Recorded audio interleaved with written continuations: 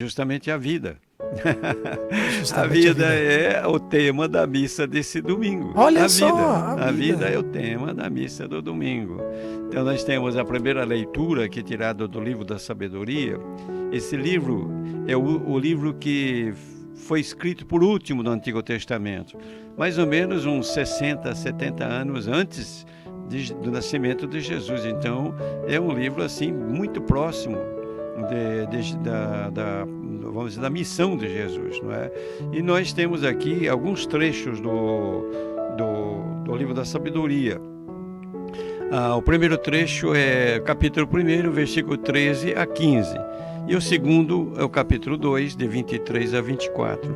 Mas é interessante a colocação, porque muitas vezes nós nos perguntamos: Deus mata alguém? A gente, quando lê a Bíblia, às vezes aparece Deus matando alguém, não é?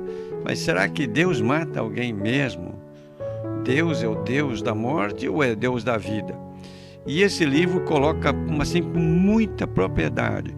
Veja só, Deus não fez a morte, e nem tem prazer com a destruição dos vivos. Então Deus não é o Deus da morte.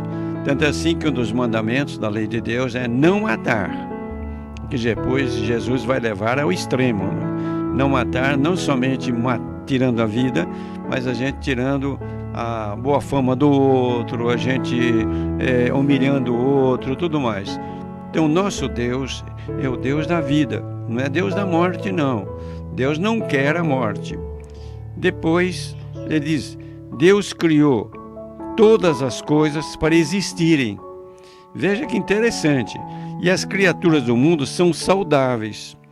Nelas não há nenhum veneno de morte, nem a morte que reina sobre a terra, pois a justiça é imortal. Veja a colocação que ele faz. Você vai dizer assim, ele fala que nenhum animal, nenhum ser tem veneno. Bom, a cobra tem, não é verdade? Mas a cobra, ela usa o veneno para se defender. Como o porco espinho usa os espinhos para se defender. O gambá usa o mau cheiro também para se defender. Mas Deus não quer a morte. Deus fez tudo para viver. Depois, continua. Pois a justiça é imortal. Bonito isto. A justiça é imortal. A justiça aqui é a justiça de Deus. Quer dizer, é estar com Deus. Quando nós estamos com Deus, nós vivemos. Quando nós nos afastamos com Deus, aí então a gente escolhe a morte. Depois, o outro trecho do capítulo 2 é o seguinte: Deus criou o homem para imortalidade e o fez à imagem de sua própria natureza.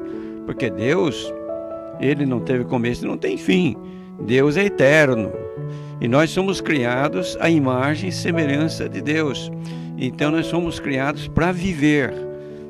Agora, por que entrou a morte no mundo? Entendeu? Vai dizer aqui, foi por inveja do diabo que a morte entrou no mundo. Experimentam os que a ele pertencem. Quer dizer, o que acontece? Quando a gente lê a Bíblia, no começo, aquele relato lá do pecado, por exemplo, o que aconteceu? Deus criou para nós sermos imortais. Mas o que acontece? Deus nos deu a liberdade. E com a liberdade, Deus quis o quê? Que nós estivéssemos com Ele porque nós queremos, não porque Ele nos obriga. E aí o homem usou mal a liberdade, naturalmente tentado pelo diabo, e dizer que nós íamos ser iguais a Deus, não é? Mas Deus nos fez para viver. Isto aqui é muito importante. O nosso Deus é o Deus da vida. Deus não quer a morte de ninguém. Deus não quer a morte de ninguém, né? Tanto assim que se alguém mata, está contra Deus. É um pecado muito grande contra Deus, não é? A morte física, a morte moral, a morte psíquica, todo tipo de morte. Deus nos fez para viver. Esse trecho é muito bonito. É muito bonito, porque esse livro abre outra coisa que não há em muitos livros do Antigo Testamento. Muitos livros do Antigo Testamento, eles não acreditavam na vida depois da morte. Então, a vida é isso, viver esse tempo, Deus abençoa, quem está do lado de Deus fica fica bem, fica rico, tem saúde, tudo isso. Quem não está do lado de Deus, então sofre aí a miséria, tudo é negócio, né? Esse livro, e o livro de Jó começa com isso, né? Mas aqui, esse livro abre mais. Quer dizer, não, a nossa vida continua depois da morte. Tem uns trechos desse livro que a gente lê ou proclama nos velórios, assim, nos momentos de morte, que é justamente o que ele diz: as almas dos justos estão nas mãos de Deus. A gente pensa que morreram, não, estão em paz. Então, é um livro que coloca muito otimismo, né? Então, nosso Deus é o Deus da vida. E esse trecho serve de pano de fundo para o trecho do Evangelho que nós lemos hoje. Amanhã, aliás, vamos ler amanhã. É tirado de Marcos, capítulo 5, versículo de 21 a 24 e 35 a 43. Em algumas missas, a gente lê o trecho todo do capítulo 5, do versículo 21 a 43. Mas aqui, o texto que eu tenho na mão aqui, reduz somente a um milagre, porque aí acontecem dois fatos. Jesus está caminhando, uma mulher que estava sofrendo de hemorragia durante 12 anos, ela acredita no poder de Jesus, toca a roupa de Jesus e fica curada. E Jesus então percebe, pergunta para ela por quem que me tocou, e ela fala, muito envergonhada, mas Jesus então diz: a fé, você vai em paz, você está curada. E depois vem a ressurreição da filha de Jairo. Nesse texto que tenho na minha mão, a cura dessa senhora que tinha a hemorragia não aparece, para concentrar mais no milagre da ressurreição da filha de Jairo. Mas então vamos ver como está o texto que é proposto aqui pela nossa diocese de Apucarana. Então Jesus, nós vimos domingo passado, ele estava de um lado do lago, mandou os discípulos: vão passar para o outro lado. Estavam no lado que era de um outro país. Então atravessaram, houve a tempestade no lago, Jesus amainou, apaziguou o tempo, né? E chegam então, mas na altura de Cafarnaum. Eles param lá. E o que acontece? Diz assim: uma multidão se reuniu, numerosa multidão se reuniu junto dele. Então, muita gente, quando Jesus aparece na praia lá com os discípulos, a barca, afinal de contas, chega aí do lado, então aquele povaréu, tá, Jesus está chegando, aqui junto aquele monte de gente. E aí vem um homem, é Jairo, é um dos chefes da sinagoga de Cafarnaum. Vem lá, coitado, está desesperado. A filha dele está morrendo a menina de 12 anos. E ele vê que não tem mais jeito. Ele passa pelo meio da multidão, cai de joelhos diante de Jesus e pede para Jesus: minha filha está nas últimas, vem e põe as mãos sobre ela para que ela sare e viva. Então ele pede a Jesus: vai lá em casa, põe a mão em cima da minha filha para ela sarar. Aí te vê a fé que aquele homem tem, aquele fato de vir, cair aos pés de Jesus: minha filha está morrendo, o Senhor vem lá, põe a mão para que ela sare e viva. Ele tem fé, confiança no poder de Jesus, e Jesus realmente tem o poder. E aí então Jesus o acompanhou. Jesus vai na casa de Jairo. É interessante quando a gente lê os evangelhos, a compaixão de Jesus.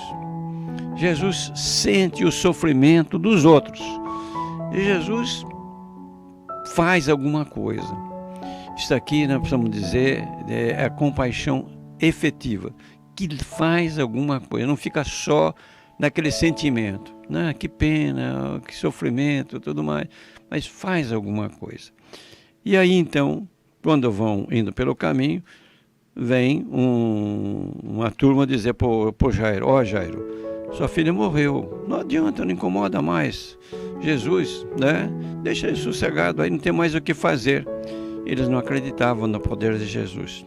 Achavam que a morte era a coisa mais forte que existe no mundo e que ninguém tem poder sobre a morte. Bom, Mas Jesus, o que ele fala? Não, Jairo, tenha fé. E o Jairo tinha fé realmente. E chegou na casa, aquela multidão de gente na casa, né? No Evangelho de São Lucas, por exemplo, contando esse episódio, diz que tinha tocadores de flauta, porque os orientais eram muito dramáticos, né? E tinha as mulheres que ficavam chorando, eram pagas para chorar, carpideiras profissionais, né? Aquele tropé dentro da casa, que a menina tinha morrido, né? E Jesus entra, fala, olha, sai todo mundo aí, a menina está dormindo. Começaram a dar risada de Jesus, achando graça, né? Esse cara está doido, a menina já morreu. E Jesus fez todo mundo sair, menos o pai e a mãe e 3 discípulos, que é justamente João, Pedro e Tiago. João e Tiago, irmãos, né? Os irmãos Zebedeu. E o Pedro. E aí, então, vão no quarto onde está a menina, no lugar em que está a menina. E Jesus chega lá, pega na mão da menina e diz, é interessante que ele coloca no aramaico, Talita cum, que significa menina, levanta-te. E a menina se levanta. E Jesus, então, diante do espanto, né, dos pais, também dos discípulos, é interessante. Sabe o que Jesus faz? Fala assim, dá de comer para ela que ela está com fome. Ah, meu Deus do céu, né?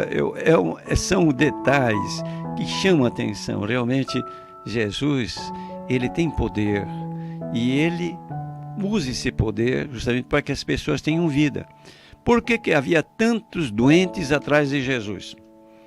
Porque Jesus, ele tinha compaixão, ele curava, queria que as pessoas vivessem bem. Por que os atormentados pelos espíritos, etc., vinham a Jesus? Porque Jesus tinha o poder e deixava aquelas pessoas livres, de bem. Lembra o exemplo de Maria Madalena. No Evangelho de João, no capítulo 10, versículo 10, é interessante, é fácil de guardar, hein? Capítulo 10, versículo 10. Jesus diz assim, eu vim para que tenham vida e tenham vida em abundância. Jesus, portanto, veio a esse mundo para quê? Para trazer a vida, porque nosso Deus é o Deus da vida. E ele diz, eu sou o caminho, a verdade e a vida. Então Jesus realmente veio trazer a vida. Por isso que nos libertou do pecado e nos deu a vida divina.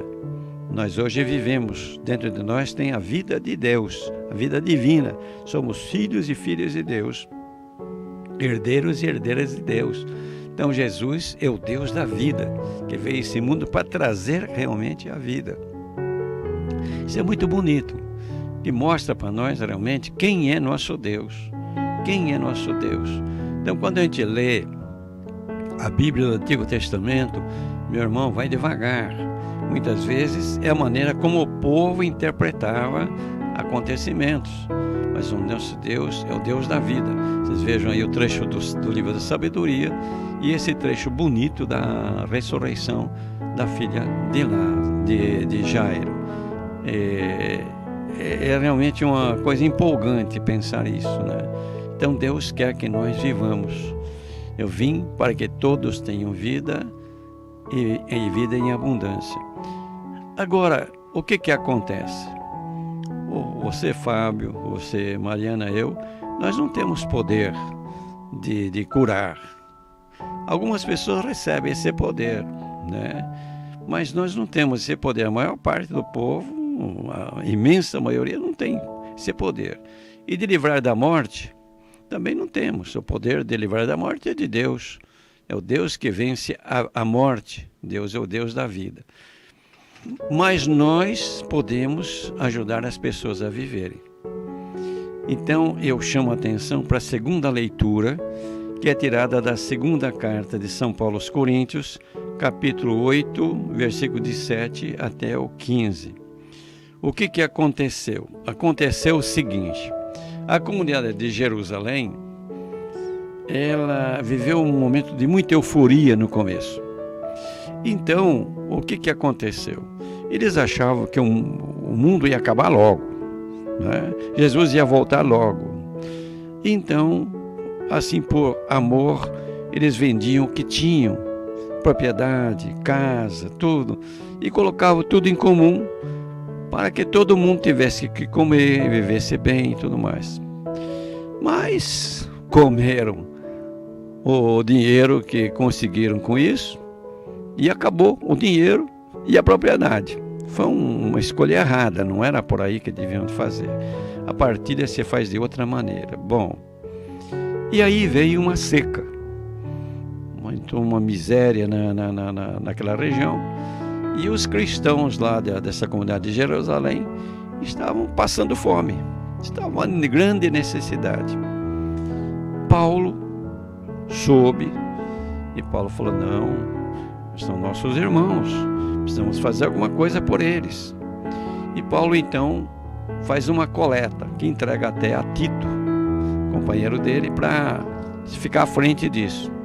E as comunidades começaram então a fazer doações para essa coleta, que depois foi levada para Jerusalém, justamente para ajudar aquela comunidade a ter condições melhores. Bom, algumas comunidades ajudaram muito, até comunidades pobres, perseguidas, as comunidades da Macedônia, por exemplo, né?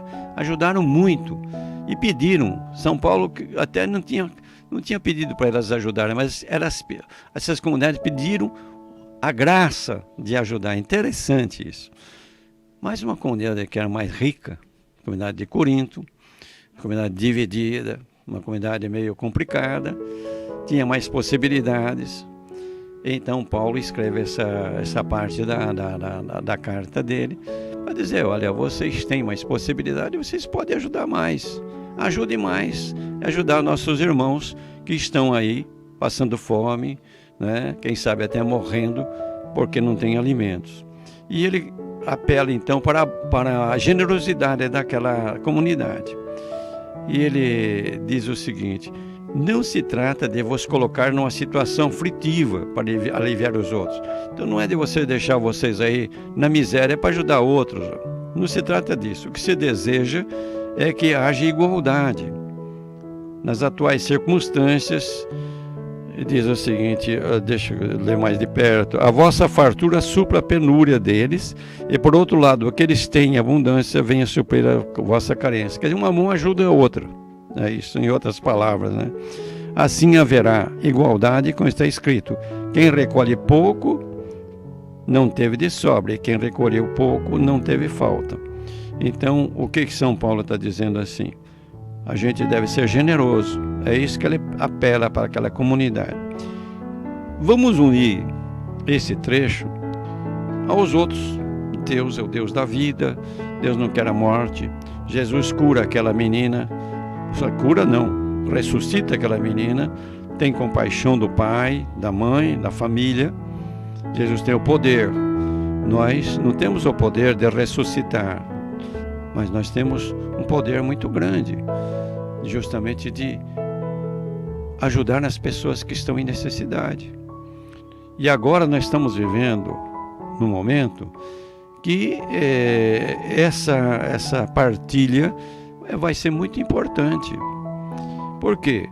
Nós estamos aí com essa pandemia, que realmente veio desmantelar a economia do mundo inteiro, inclusive do Brasil. Estamos aí com 14 milhões e poucos de desempregados. Aqui, nossas cidades aqui do interior do Paraná vivem da agricultura. Soja, graças a Deus, deu bem, está um preço bom. O milho não deu tanto, mas nós não sentimos tanto isso. Mas nas cidades, Maringá, cidades maiores, você imagina São Paulo, Rio de Janeiro, né? Curitiba mesmo, há muita gente desesperada. Quer dizer, não tem trabalho, não tem do que viver. Isso daqui vai acontecer ainda por um período grande, que a economia vai se recuperando, mas muito devagar, porque a situação é complicada no mundo inteiro. E nós então temos de lembrar, nosso Deus é o Deus da vida, não quer a morte, e quer que as pessoas vivam, e como Jesus disse, e com a vida em abundância.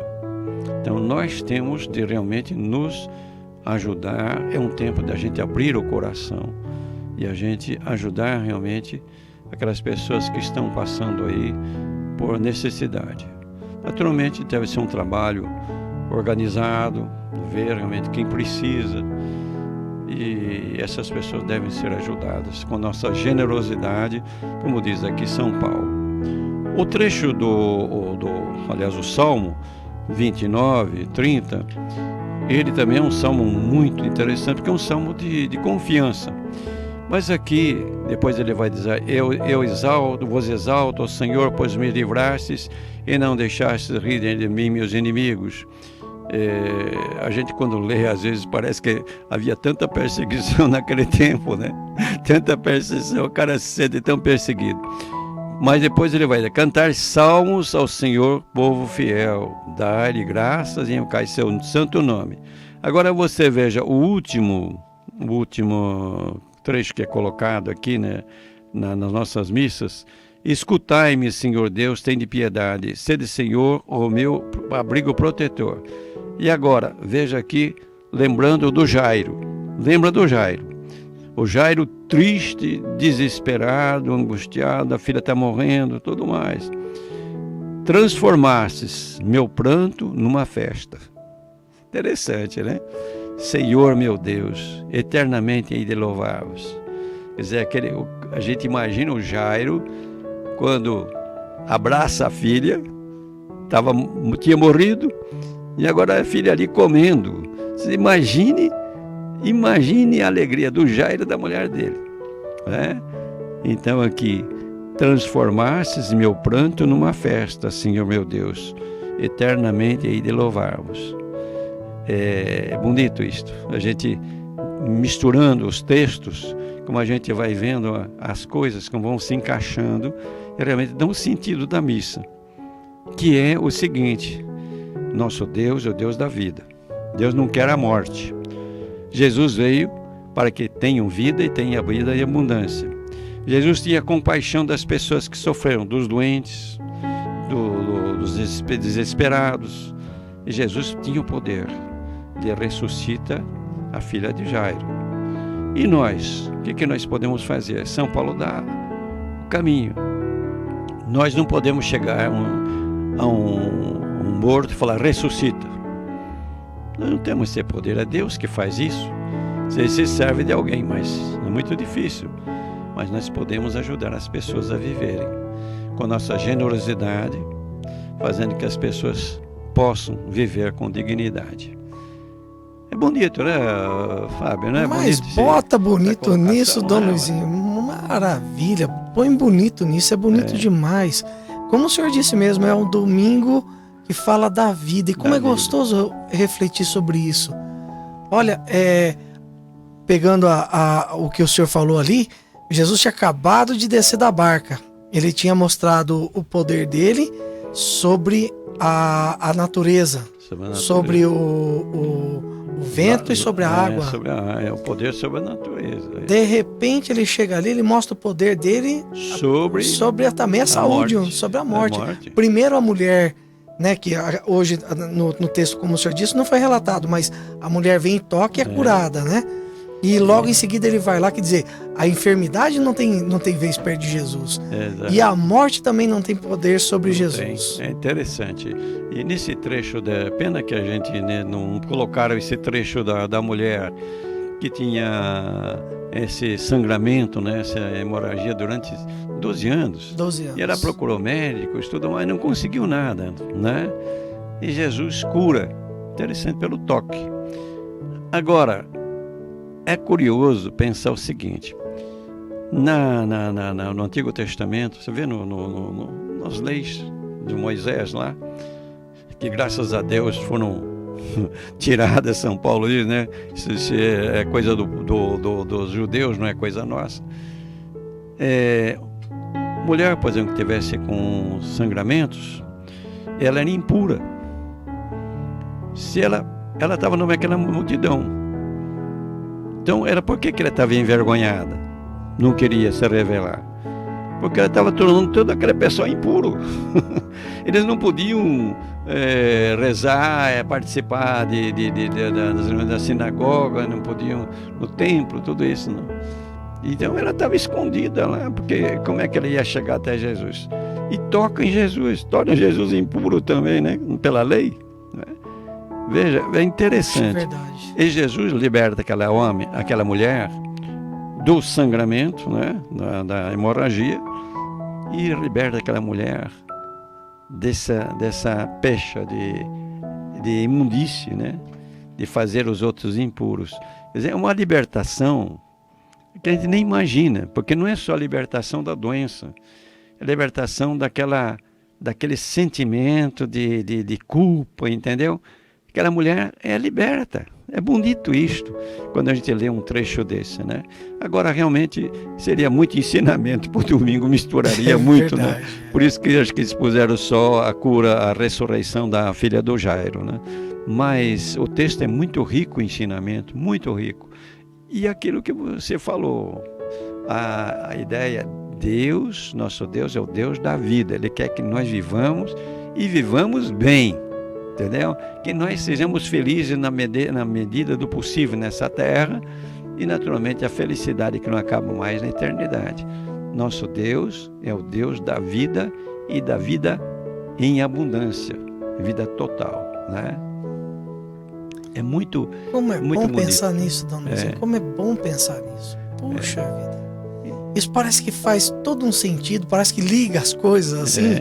E pensar, puxa vida, que por mais que a coisa pareça que está difícil, por mais que a coisa pareça que tá perdida, como diz no próprio Salmo ali, Deus tem a palavra final e Ele é o Deus da vida. Ele quer vida e vida em abundância. Isso é gostoso de pensar, Dona Luizinha. E a gente lembrar, a vida tem, nós estamos numa passagem, nossa natureza ficou frágil devido ao diabo que fez nossos antepassados se desviarem do caminho, né? Então nós passamos por problemas, dificuldades. Então Jesus não promete riqueza para quem segue, não promete saúde, não promete nada disso. Fala, meu caminho, pegar a cruz e vir atrás de mim. É isso que Jesus fala, né? Mas ele sabe, esse caminho é saber viver. Então, a gente pega, por exemplo, os mandamentos da lei de Deus, que são colocados em forma negativa, mas realmente a gente deve ver do lado positivo. Você ama e aí então você não vai matar, não vai fazer essas coisas todas, não é? E realmente é um caminho, é viver isso, a gente viver com liberdade, se querendo bem, não é? Isso daí traz a realização. Vamos passar por problemas? Vamos, mas vamos vencer tudo isso. E ajudar os outros também, como diz São Paulo, né? O ensinamento de Paulo também é muito interessante, porque a gente pode ajudar os outros a viverem e a viverem bem também, porque eu não só eu que vivo. Você tem o direito de viver, Mariana tem direito de viver, você que está aí nos escutando tem o direito de viver, todos nós temos, e viver bem. Isso que é E quando entrou o pecado no mundo, o que aconteceu? Por que há tanta guerra no mundo? Você já pensou? No fundo, é questão econômica. Hoje, as grandes guerras que aconteceram por causa de petróleo, né?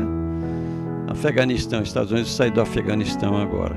Ficou lá não sei quantos anos para acabar com os talibãs ganharam a guerra. Estão lá dominando já, né? O Vietnã, fizeram aquela guerra do Vietnã. Saíram de lá. Quem que ganhou a guerra? A Coreia, né? A parte da Coreia, pelo menos, né? Então a gente vê, são guerras de interesse, brigas por interesse. Esse, quando entrou realmente, desmantelou o mundo, entrou a morte, e em consequência, grande parte, justamente da cobiça humana e de outros interesses também, não é? Mas vamos deixar isso de lado, né? Mas lembrar o lado positivo. Realmente, nosso Deus é Deus da vida e que quer que nós vivamos e vivamos em abundância. Bem mesmo. Já vou dar a benção, senão vai longe. Tá bom, Fábio, a Mariana, você que está vendo a gente, ouvindo.